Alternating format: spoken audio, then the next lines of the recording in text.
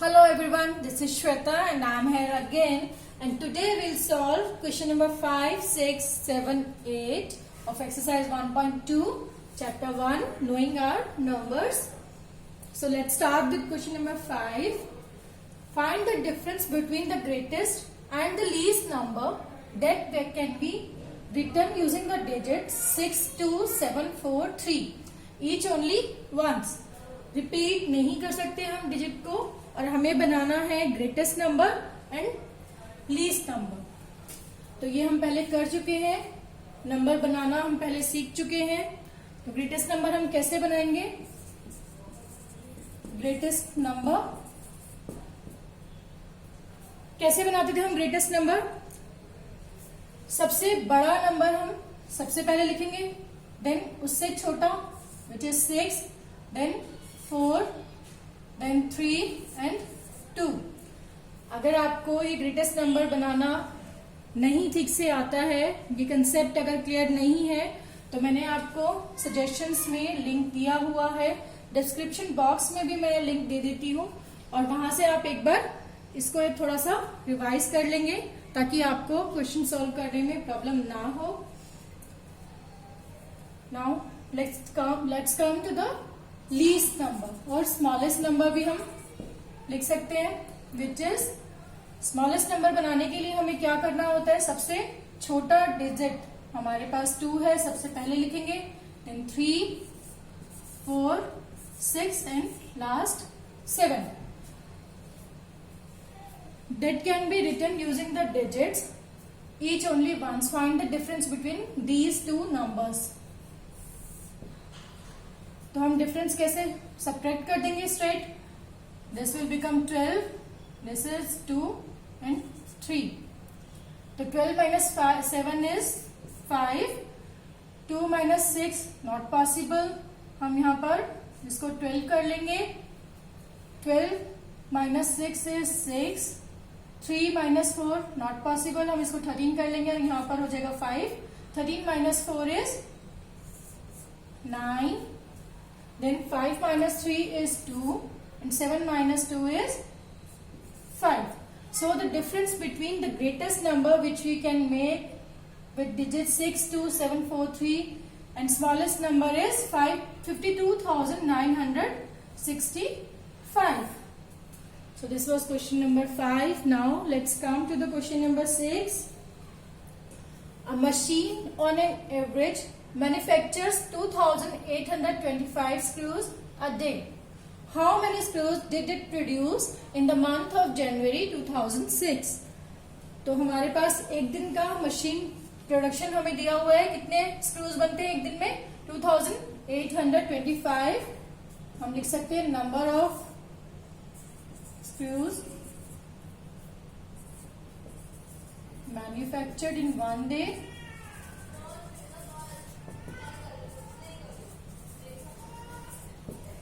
$2,825. And number of days we know in month of January. Number of days in month of January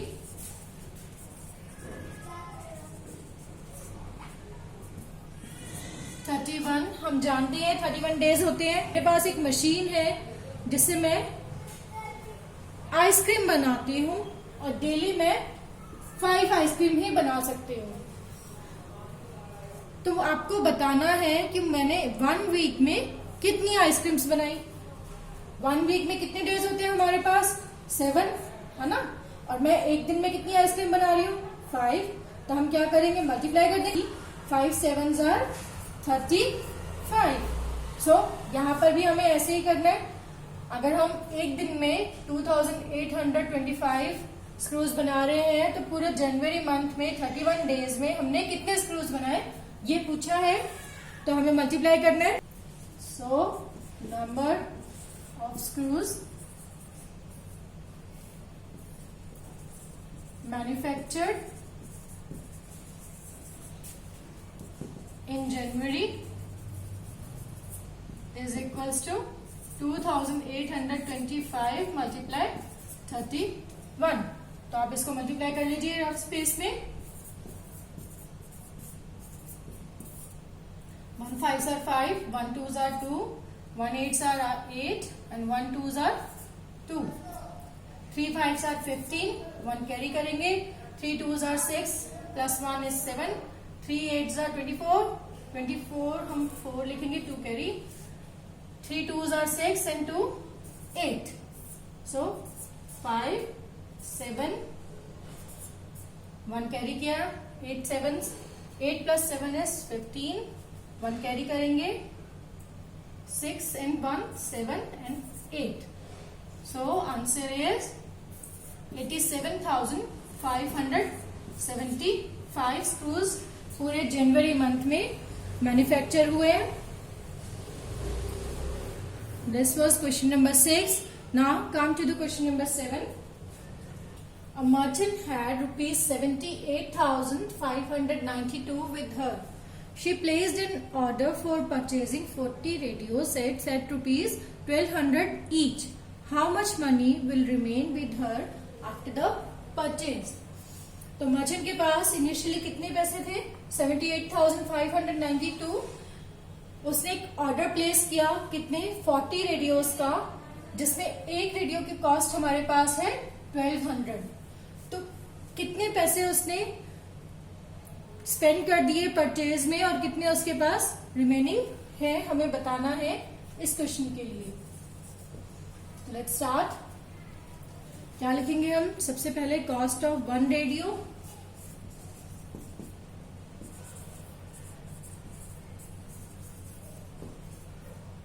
set is rupees 1200। कितने radio set लिए हमने? 40।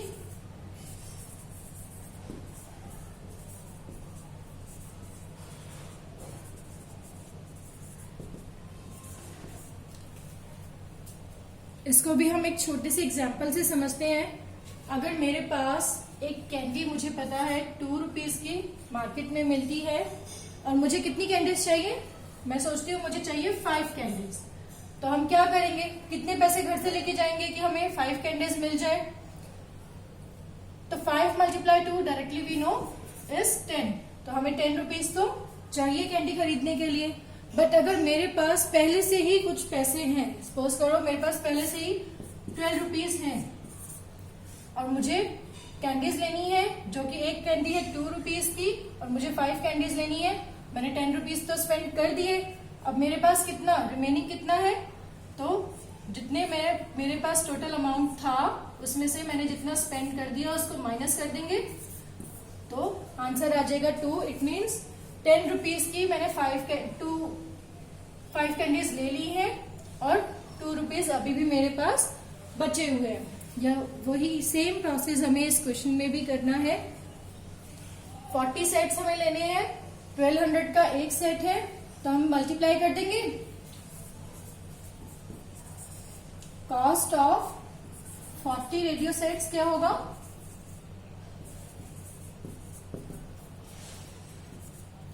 1200 multiply by 40। तो we know 12 4s are 48। हम 0 कितने लगाएंगे हम 48 के बाद? 1 2 and 3। तो डायरेक्टली हम लिख सकते हैं 48,000 हम स्पेंड कर चुके हैं। इट मीन्स जो मर्चेंट है उसने 48,000 स्पेंड कर दिए हैं रेडियो सेट के ऑर्डर के लिए। अब उसके पास कितने पैसे बाकी रह गए हैं, रिमेनिंग अमाउंट भी हमें बताना है। So initially she had 78,500। लिख लेंगे मनी शी हैड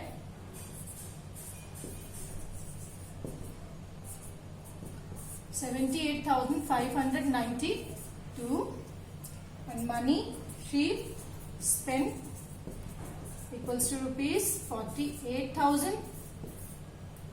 सब्ट्रैक्ट कर दीजिए, पहले भी हमने यही किया था।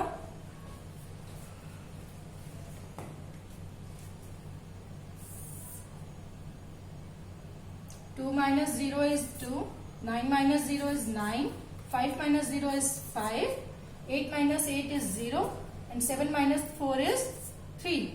तो she still has 30,592 rupees with her remaining. तो हम लिख सकते हैं money,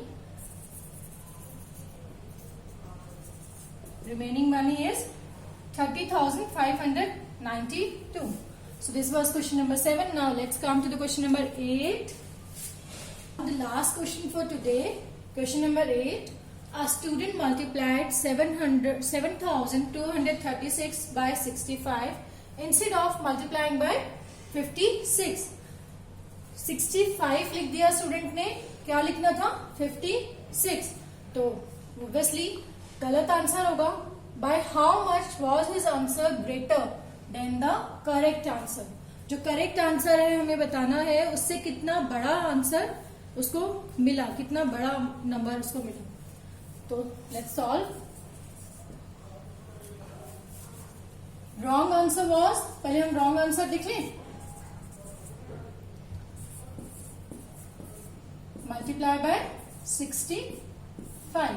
तो 5 6 30, 3 कैरी किया है. 5 3 15 एंड 3 इज 18. 1 हमने कैरी कर लिया. 5 2 10 and 1 is 11. 1 again carry. 5 7 35 and 1 36. 6 6 36. 3 carry. 6 3 18. 6 3 18. 18 and 3 21. Again to carry. 6 2 12 and 4 14. 1 carry. 6 7 42 and 1 43. So 8 and 6 14. 1 carry किया है. 3 10 का 0 and 1 carry. 7 6 3 plus 3 is 6 plus 1 7 and 4.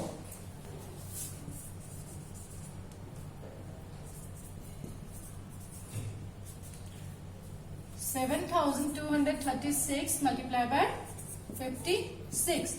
So 6 6 36. 3 carry किया हमने. 6 3 18 and 3 21. 2 again carry. 6 2 12 and 2 14. 1 carry. 6 7 42 and 1 is 43. 5 6 30. 3 carry किया. 15 plus 3 is 18. 1 carry किया. 10 plus 1 is 11. Again 1 carry. 35. 7 5 35 plus 1 is 36. 6 1 12 का 2. 1 carry. 4 and 5 10 1. So difference अब देख लें इन दोनों में कितना हमें डिफरेंस मिला.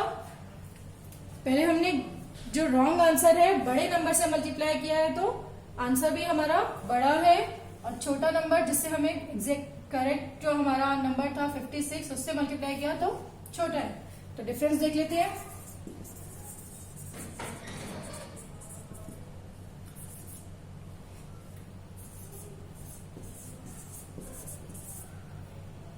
हमने रॉन्ग आंसर लिख दिया है जो कि बड़ा है.